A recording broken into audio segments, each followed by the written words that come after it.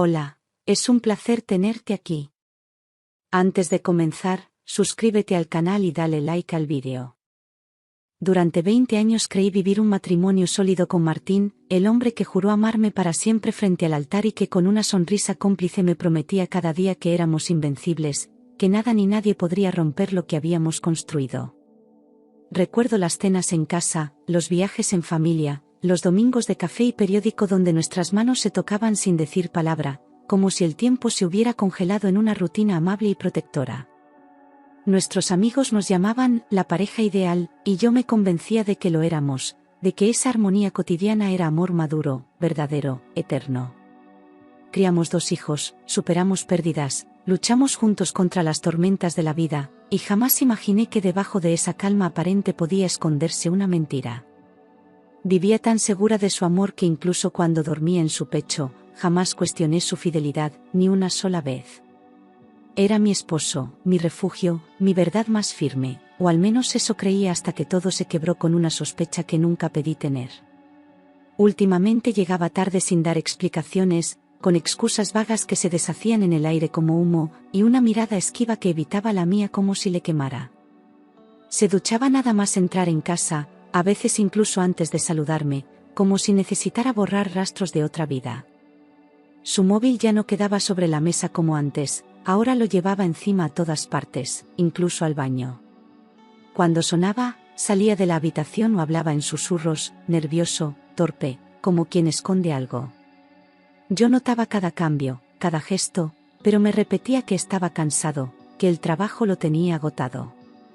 Una noche, mientras dormía, escuché un zumbido suave desde su mesilla y sin pensar, tomé el móvil que había olvidado desbloqueado. Fue como una puñalada lenta, un mensaje en la pantalla decía, te echo de menos, mi amor, acompañado de un corazón rojo. Sentí cómo se me helaba la sangre, cómo se paralizaban mis dedos mientras leía esas 5 palabras que no estaban destinadas a mí. Me quedé inmóvil, mirando el techo, sabiendo que acababa de cruzar una frontera de la que no había retorno. Esa noche no dormí, fingí hasta el amanecer que no había visto nada. Pasé días convenciéndome de que era un error, de que quizás el mensaje no era para él o era una broma sin sentido. Le observaba como si buscara una señal de que seguía siendo el hombre que conocí, el que me miraba con ternura y no con culpa. Me obligué a actuar con normalidad, a preparar la cena, a preguntarle cómo estaba, como si nada se hubiera roto dentro de mí. Prefería engañarme a enfrentar lo que ese mensaje implicaba, como si mi silencio pudiera hacer desaparecer la verdad. Pero el silencio no borra nada, solo prolonga la caída. Una tarde, en medio de una discusión por algo banal, la máscara se resquebrajó y su voz explotó con rabia. Sí, estoy con otra, ¿y qué? Me quedé paralizada, como si el mundo se hubiera detenido en ese instante en que todo se volvió real, irrefutable. Me confesó que llevaba más de 1 año con una mujer mucho más joven, que le hacía sentir vivo otra vez. No hubo culpa en su voz, solo desafío, como si fuera yo quien tenía que justificarme por estar herida. En ese momento, entendí que el hombre que amaba ya no existía. Me dijo que estaba enamorado de ella, que le daba paz, alegría, y que no pensaba dejarla. Pero añadió, como si fuera algo lógico, que tampoco iba a divorciarse de mí, que no tenía sentido ahora mover todo. Como si nuestra vida juntos fuera solo una estructura conveniente que podía mantenerse mientras él jugaba a amar a otra. Me sentí invisible, degradada, como si mis años a su lado no valieran nada más que una coartada social. No me pidió perdón, me pidió paciencia, y eso fue aún más cruel.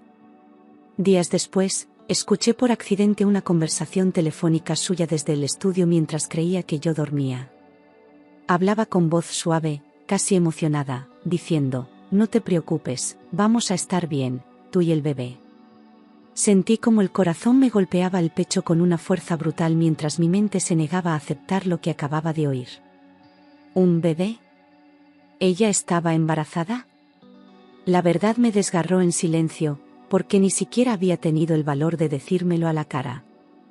Salí de la habitación sin hacer ruido, caminé por la casa como una extraña y me detuve frente a nuestras fotos de boda. Todo se derrumbaba, 20 años de recuerdos, promesas y luchas compartidas se convertían en polvo ante mis ojos.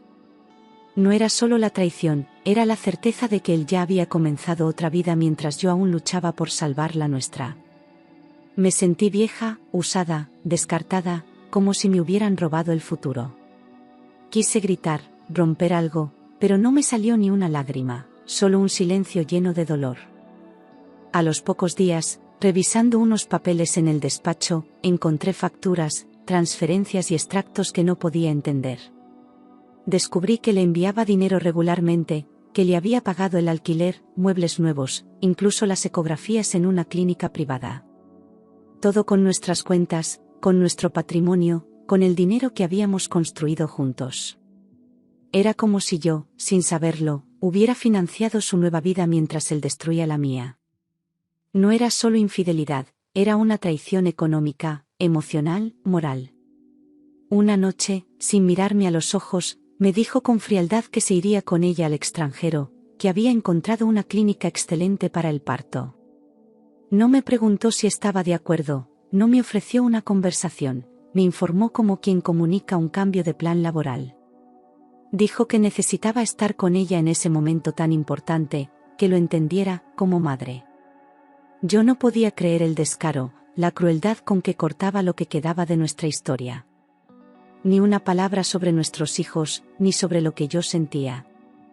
Lo que me destruyó del todo fue saber que no iba solo, su madre, su padre y sus 2 hermanas también viajarían con ellos. Lo supe por una conversación accidental con mi cuñada, que se le escapó entre risas y emoción, como si fuera una gran noticia. Todos lo sabían, todos lo apoyaban, y yo era la única viviendo en la oscuridad de la mentira.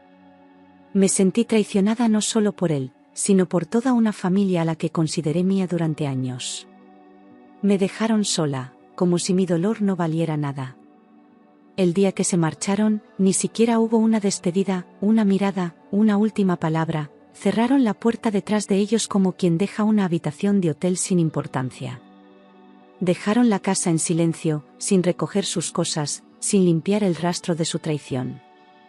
Me senté en el sofá vacío y supe, con una certeza helada, que algo dentro de mí también se había ido con ellos. No era solo el abandono físico, era la manera brutal en que me convirtieron en un estorbo sin rostro. Me borraron de su presente sin remordimientos. Durante días no pude comer, no pude dormir, solo lloraba en silencio abrazando una almohada que aún tenía su olor. Me preguntaba una y otra vez qué había hecho mal, en qué momento dejé de ser suficiente, cómo no vi venir el abismo. El reloj parecía burlarse de mí, avanzando despacio mientras yo me hundía más con cada minuto. Ni mis hijos sabían cómo consolarme, su tristeza era muda, como la mía. Era una casa llena de ausencia, de vacío, de cicatrices abiertas. Los vecinos murmuraban, bajaban la voz cuando pasaba, y en el trabajo ya no me saludaban igual, todos sabían lo que había pasado. Me convertí en la mujer traicionada, en el chisme del barrio, en la historia que otros contaban con lástima o con morbo. Había perdido no solo a mi marido, sino también el respeto social que tantos años de esfuerzo me costaron construir. Cada mirada era una punzada, cada silencio una acusación disfrazada. Me sentía expuesta, desnuda ante un juicio silencioso del que no podía defenderme. Fue Laura, mi abogada y amiga de toda la vida, quien me dio la primera chispa de claridad: si ellos juegan sucio, tú puedes jugar con inteligencia.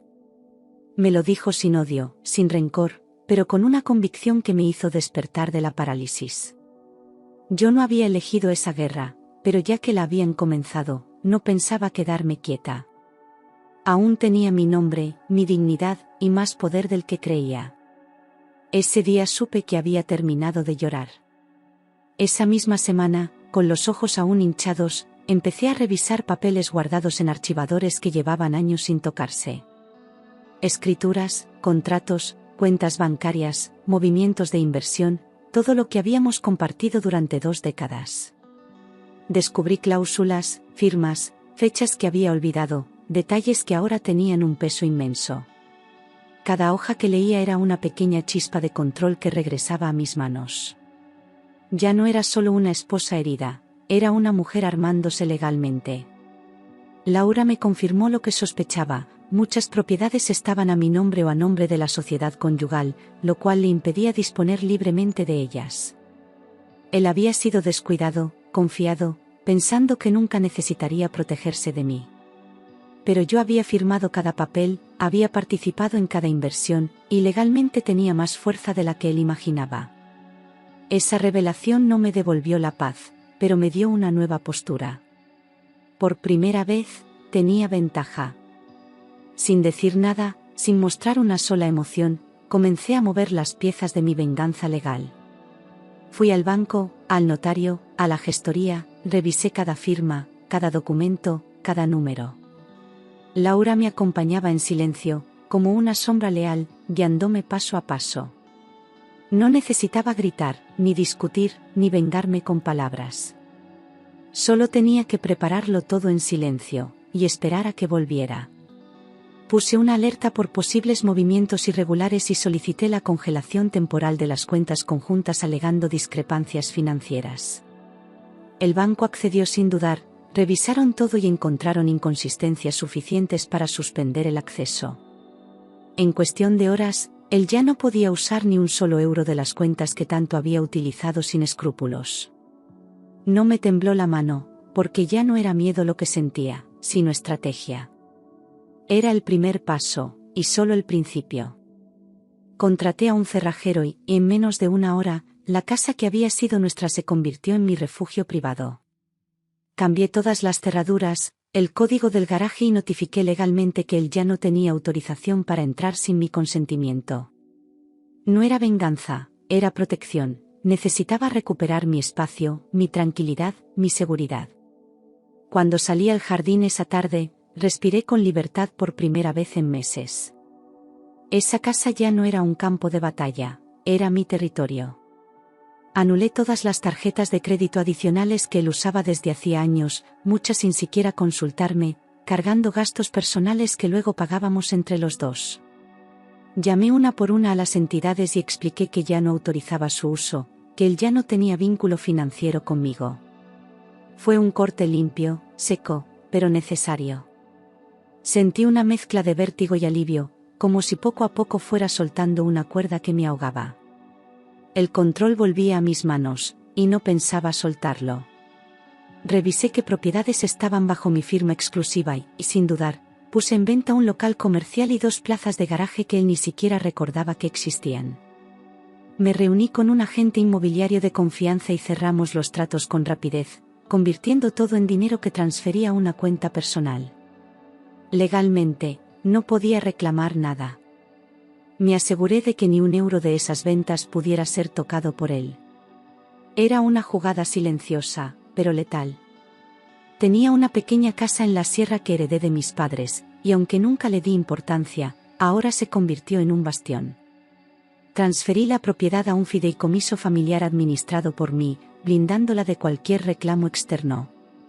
Laura me ayudó a dejar cada documento en regla, sin fisuras. Era una pieza más del escudo que estaba levantando, piedra a piedra. No pensaba perder nada más de lo que ya me habían arrebatado. Mientras ellos publicaban fotos felices en redes sociales, abrazados en playas exóticas con sonrisas falsas, yo no contestaba sus mensajes ni una sola vez. Él intentó llamarme 2 veces, dejó un par de audios que borré sin escuchar. No iba a regalarle ni mi rabia, ni mi tristeza. Que pensara lo que quisiera, mi mejor arma ahora era el silencio. Cada día que pasaba sin responder, ganaba terreno en mí misma. Fue poco a poco, sin darme cuenta, pero el llanto dio paso a una firmeza que nunca antes había sentido. Empecé a levantarme con más energía, a vestirme con cuidado, a mirar al espejo sin vergüenza. Ya no era la mujer abandonada, sino la que estaba reconstruyéndose desde las ruinas. El dolor no desapareció, pero dejó de gobernarme. Empezaba a recordar quién era antes de perderme en él. Una vecina, sin mala intención, me comentó que la amante había dado a luz a una niña preciosa en una clínica de lujo en Suiza. No sentí rabia, ni celos, ni compasión, solo un vacío seco, como si me hablaran de la vida de un desconocido. Era la confirmación de que él había cruzado una línea definitiva, una que ya no tenía retorno. Esa niña era su nueva vida, su nueva responsabilidad. Yo ya no formaba parte de ese mundo. Días después, me llegó un mensaje de él con tono arrogante y displicente: cuando vuelva, hablaremos de repartirlo todo. No hubo saludo, ni cortesía, solo una frase que pretendía imponer condiciones como si aún tuviera algún poder sobre mí. Me reí sola, no por burla, sino por el descaro absurdo. Seguía creyéndose dueño de todo, incluso de mis tiempos, de mis decisiones. Pero no sabía lo que le esperaba. No respondí.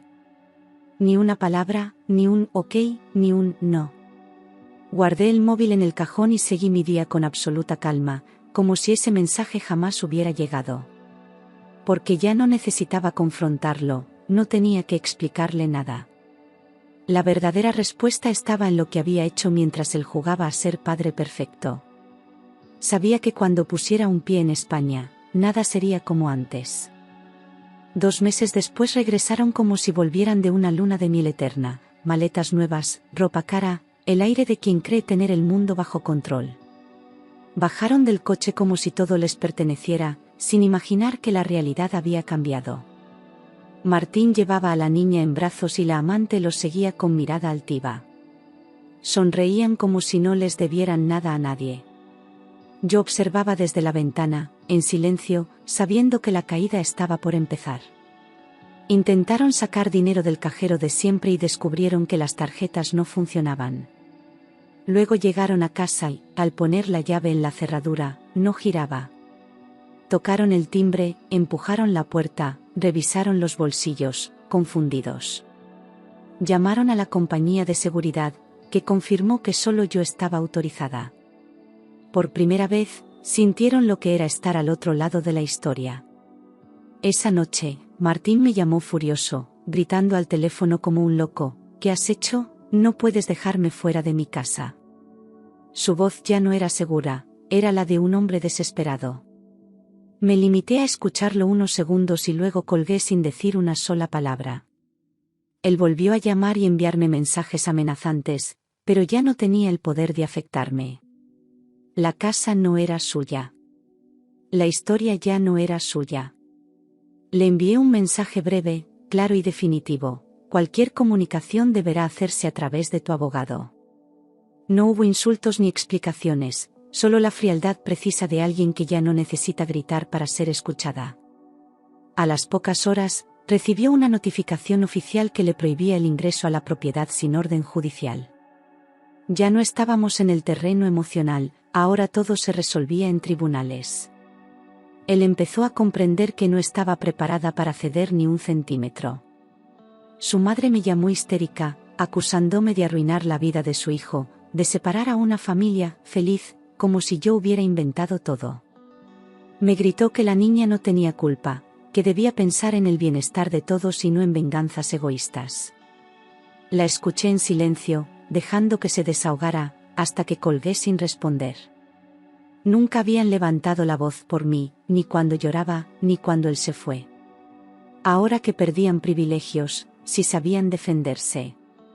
Una tarde, sin previo aviso, se presentaron en la puerta de la casa: Martín, su madre, la amante y hasta el bebé en brazos. Llamaron al timbre durante minutos, exigieron entrar, amenazaron con escándalos, pero yo ya había tomado precauciones. Llamé a la policía, mostré los documentos, y los agentes les explicaron que debían retirarse o enfrentar cargos. Los vi alejarse con rabia e incredulidad, como si nunca imaginaran que alguien como yo pudiera enfrentarlos. Esa fue la primera vez que se sintieron realmente fuera de lugar. Él presentó una demanda reclamando la mitad de todos los bienes, convencido de que aún podía intimidarme en los juzgados. Alegó que yo había actuado con mala fe, que tenía derecho a su parte, como esposo legítimo. Pero llegó a la audiencia con arrogancia y salió con dudas, porque mis pruebas eran claras, ordenadas y respaldadas por documentos firmados por él mismo. El juez no mostró simpatía ni condescendencia. Se dio cuenta de que su batalla no iba a ser fácil. Durante la segunda audiencia, el juez revisó cada escritura y cada cuenta bancaria, y confirmó lo inevitable: muchas propiedades estaban registradas únicamente a mi nombre. Lo miró con frialdad y le preguntó si había firmado aquellos papeles sin leer, a lo que él no supo qué responder. Se removía en la silla, incómodo, por primera vez sin la soberbia que lo sostenía. Yo me limité a mirar al frente, sin sonreír, sin provocaciones. La justicia, al fin, empezaba a inclinarse a mi favor. Revisó sus estados de cuenta y descubrió que no tenía acceso a un solo euro, las tarjetas anuladas, las cuentas bloqueadas, las inversiones vendidas. Llamó a su gestor, a su banco, a antiguos socios, pero nadie pudo hacer nada por él. Había confiado tanto en que yo jamás me revelaría que nunca imaginó un escenario donde quedara expuesto. Su expresión cambió, su tono también. Por primera vez, comprendió que estaba solo. Sus antiguos socios, al enterarse del escándalo, decidieron apartarlo de la empresa familiar para proteger su reputación. Las reuniones a las que antes llegaba con orgullo le fueron cerradas en la cara, y los contratos en curso se le escaparon como arena entre los dedos. Nadie quería verse involucrado en un conflicto legal tan sucio y tan mediático. Lo que fue un secreto doméstico ahora se convertía en vergüenza pública. Su caída era tan silenciosa como dolorosa. La mujer que había dejado todo por él comenzó a exigir explicaciones, seguridad, dinero para la niña, una vida digna. Le recriminaba haberla arrastrado a una fantasía sin sustento, a un futuro sin garantías. Lo que antes eran risas y promesas ahora eran reproches diarios, llantos, amenazas de marcharse. Él intentaba calmarla, pero ya no tenía con qué. Lo que construyeron sobre la mentira empezaba a desmoronarse desde dentro. La relación perfecta que tanto mostraban en redes sociales ahora era una jaula sin salida. Ella lloraba a diario, él dormía en el sofá, y la niña, ajena a todo, se convertía en un testigo silencioso del desastre. Las fotos felices fueron eliminadas, los perfiles cerrados, los amigos desaparecieron uno a uno. Lo que parecía amor eterno se convirtió en un reproche constante. No les quedaba ni amor ni dinero, solo culpa compartida. Una mañana, tocó a mi puerta. Solo. Sin arrogancia. Sin fuerza. Con los ojos rojos y la voz rota, me pidió una conversación. Dijo que necesitaba entender cómo habíamos llegado a esto, que quería hablar, aclarar, quizá reconstruir. Pero ya era demasiado tarde para reconstruir algo que él mismo había dinamitado desde los cimientos. No me conmovió. Porque la mujer que le abrió la puerta, ya no era la misma que él había destruido. Le abrí la puerta y lo dejé hablar, pero cuando intentó tocarme el brazo, di un paso atrás y lo miré con una firmeza que jamás había visto en mí. Ya no somos nada, Martín, le dije sin gritar, sin lágrimas, solo con la certeza de quien ha cerrado una herida por dentro. Él intentó replicar, pero ya no tenía argumentos, ni derecho, ni lugar en mi vida. Yo no buscaba venganza, solo quería paz. Y esa paz empezaba con su ausencia. Unos días después, volvió a buscarme, esta vez con una idea, beneficiosa para los dos, según él, fingir que seguíamos juntos públicamente para salvar su imagen empresarial. Me prometió una compensación económica, incluso viajes y lujos, si accedía a esa farsa temporal. Pensaba que aún podía comprar mi dignidad, como si no entendiera lo que había destruido. Su desesperación no conocía límites. Pero la mujer que le respondía ya no era la que él manejaba a su antojo. Le respondí con calma, sin necesidad de levantar la voz: no soy parte de tu teatro, Martín. Mi abogado hablará por mí. Vi cómo su rostro se tensaba, cómo tragaba saliva al comprender que ya no tenía control sobre nada.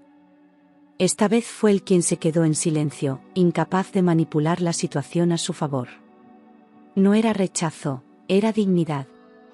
La misma que él había pisoteado y que ahora brillaba más fuerte que nunca. Presenté la demanda de divorcio acompañada de pruebas claras: infidelidad, abandono, malversación de bienes conyugales. Laura preparó cada documento con precisión quirúrgica, sin dejar cabos sueltos. Él intentó frenar el proceso, pedir tiempo, pero ya no había espacio para aplazamientos ni disculpas. Era oficial, su historia conmigo había terminado en los tribunales. Y esta vez, no iba a salirse con la suya. El caso se volvió un escándalo local, apareció en columnas de chismes, en grupos de vecinos, en correos de la empresa. Todos comentaban la doble vida de Martín, su caída financiera, el abandono a su esposa, el bebé fuera del matrimonio. Él dejó de salir a la calle con la misma seguridad de antes, y cada vez que alguien lo miraba, agachaba la cabeza. Se convirtió en ejemplo de lo que no se debe hacer.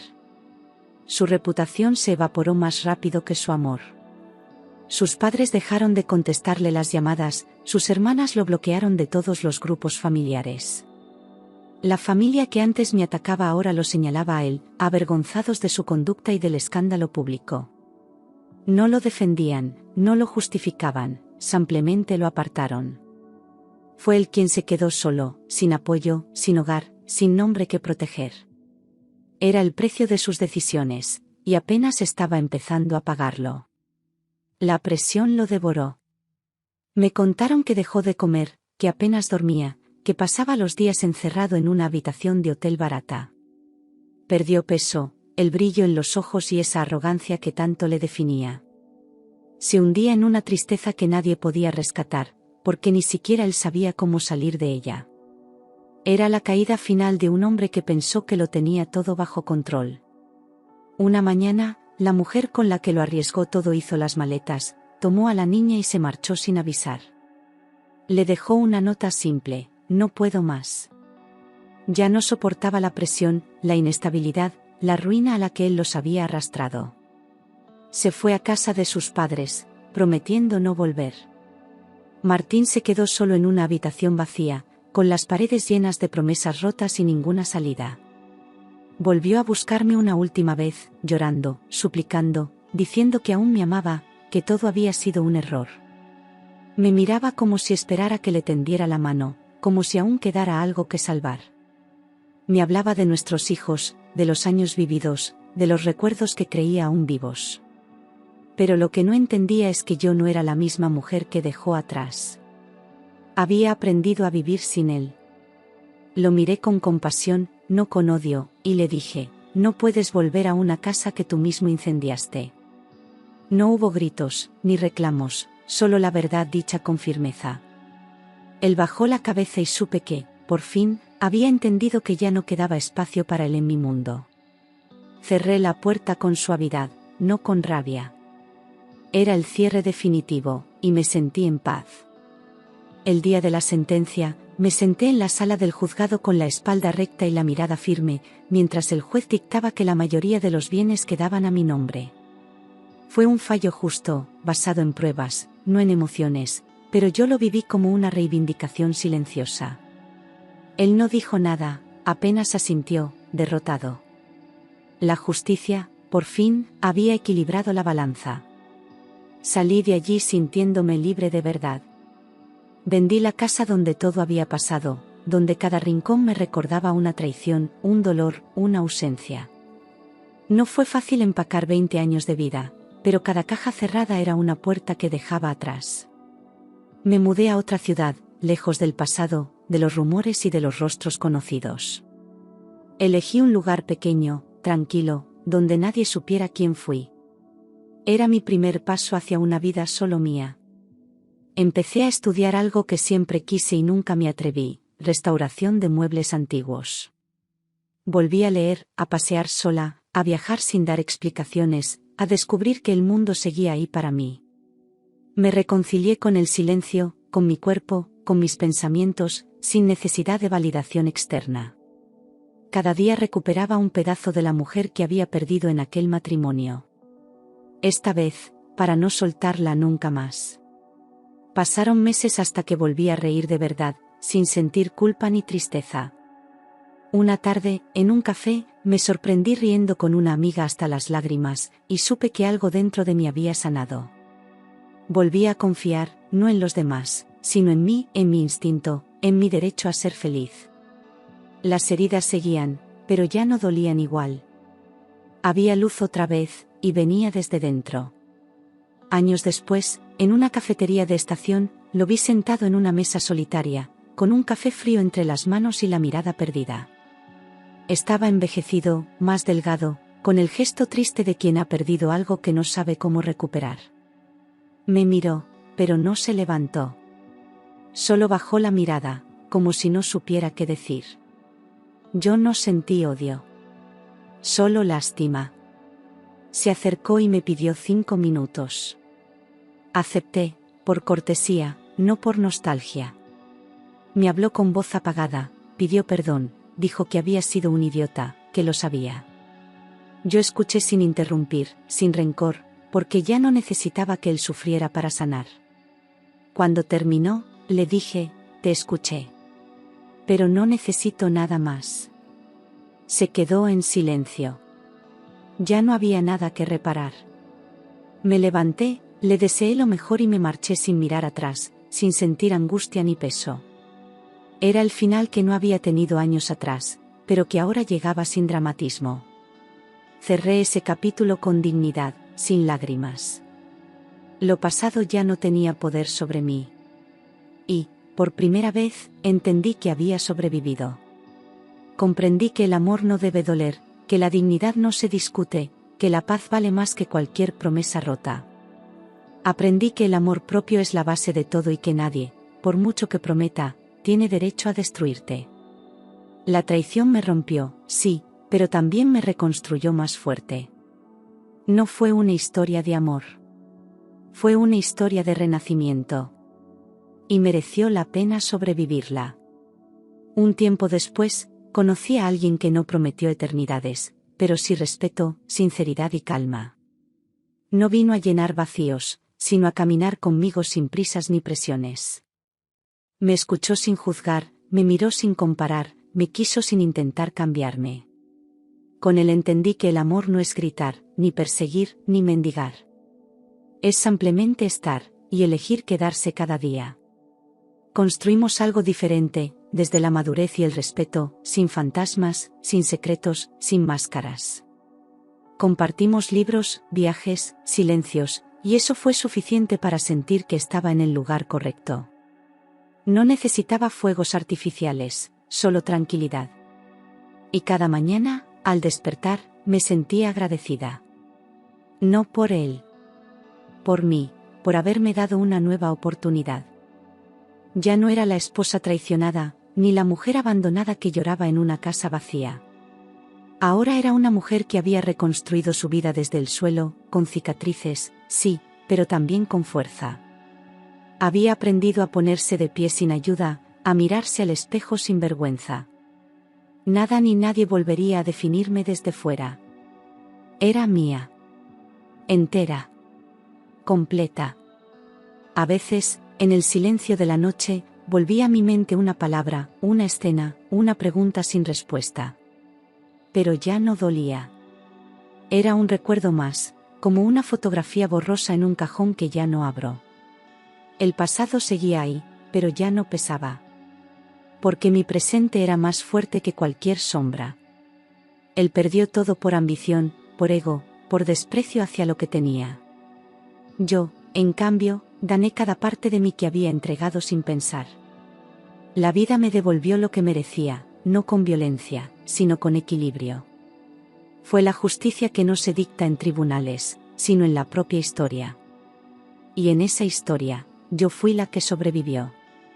Hoy cuento mi historia sin rencor, sin vergüenza, con la voz firme y la cabeza en alto. Porque lo que viví no me define, pero sí me transformó.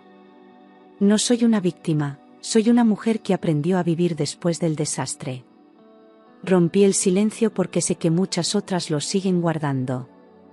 Y si mi voz puede abrir una puerta, entonces todo valió la pena. Las cicatrices están, no las niego, pero ya no sangran. Aprendí a convivir con ellas como parte del mapa de mi vida, como recordatorios de lo que superé. No busco borrar el pasado, sino integrarlo sin que me duela. Porque no hay mayor poder que mirar atrás sin romperse. Eso también es libertad.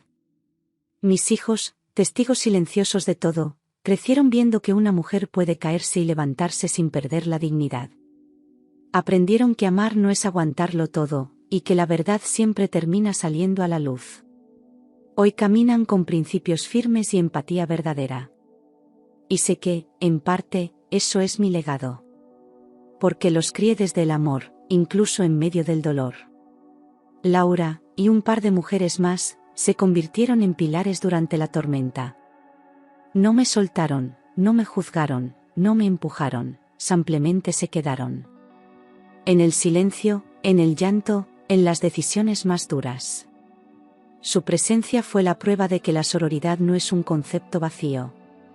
Fue amor real, del que sostiene cuando todo lo demás se cae. Descubrí la belleza de las cosas pequeñas, un café caliente, una caminata al atardecer, una canción que me recuerda quién soy. No necesito más. No quiero más. Lo grandioso está en lo cotidiano cuando vives en paz contigo misma. Después del caos, aprendí que la calma también emociona. Y eso no tiene precio. No volví a saber de él, y no lo necesité. No busqué venganza, ni justicia adicional. Porque el verdadero cierre no lo da el otro. Lo das tú, cuando eliges no mirar atrás, cuando dejas de esperar respuestas, disculpas o explicaciones. Y yo, ya había cerrado esa puerta con todas las llaves posibles. Ahora, cuando me preguntan quién soy, no respondo con un apellido ni con una historia triste. Digo mi nombre, con voz firme, y sonrío. Porque me tengo a mí, entera, fuerte, lúcida. Soy la mujer que se salvó a sí misma. Y eso, al final, es el mayor triunfo de todos. Desde entonces, cada día al despertar, doy gracias por haber tocado fondo, porque solo desde ese lugar pude impulsarme hacia arriba. El dolor me enseñó a distinguir lo real de lo falso, a no conformarme con migajas disfrazadas de amor. Ya no me asusta la soledad, me asusta perderme a mí misma. Porque aprendí que no hay nada más valioso que estar en paz con lo que uno ve en el espejo. Y esa paz no se negocia. He dejado de buscar justicia en las palabras de otros, porque entendí que la verdadera justicia es vivir una vida que nadie pueda manipular. No necesito que él sufra para sentirme bien, porque mi bienestar no depende de su castigo, sino de mi libertad. He soltado todo lo que pesa, incluso lo que alguna vez quise retener con fuerza. Ahora mis manos están vacías, pero mi alma está llena. Y eso basta. No reniego de lo que viví. Cada lágrima me empujó hacia una versión más fuerte de mí, cada mentira me enseñó a valorar la verdad. No cambiaría ni un segundo del camino, porque fue ese recorrido el que me trajo hasta aquí. Aprendí que las ruinas no son el final, sino el comienzo de algo nuevo. Algo que esta vez construí solo para mí. He vuelto a amar. Pero de una forma distinta, sin depender, sin idealizar, sin esperar que otro me complete. El amor ahora es una elección diaria, no una necesidad desesperada. Y si algún día se termina, no me perderé en el abismo, porque ya sé cómo volver a mí. Porque quien se ha salvado una vez, no teme volver a empezar. Sigo escribiendo, caminando, respirando con libertad. A veces me detengo en medio del día y me doy cuenta de lo lejos que he llegado. De lo sola que estuve, y de lo acompañada que me siento ahora por mí misma. No necesito pruebas de que lo hice bien. Solo esta tranquilidad interna, este silencio que ya no duele. Ese es mi verdadero hogar. Lo más bello de haber renacido es que ahora vivo sin miedo. Miedo a perder, miedo a ser dejada, miedo a no ser suficiente. Porque lo peor ya pasó y sigo aquí, de pie, con los ojos abiertos y el corazón en calma. He recuperado mi tiempo, mi voz, mi historia. Y por fin, mi vida me pertenece solo a mí. Esta no fue una historia de derrota, sino de transformación. No fue el fin de un matrimonio, fue el principio de una mujer. Y si mi historia llega a otras que aún están en medio del dolor, quiero que sepan esto: se puede. Se puede sobrevivir, se puede reconstruir, se puede volver a amar. Pero sobre todo, se puede volver a ser una misma.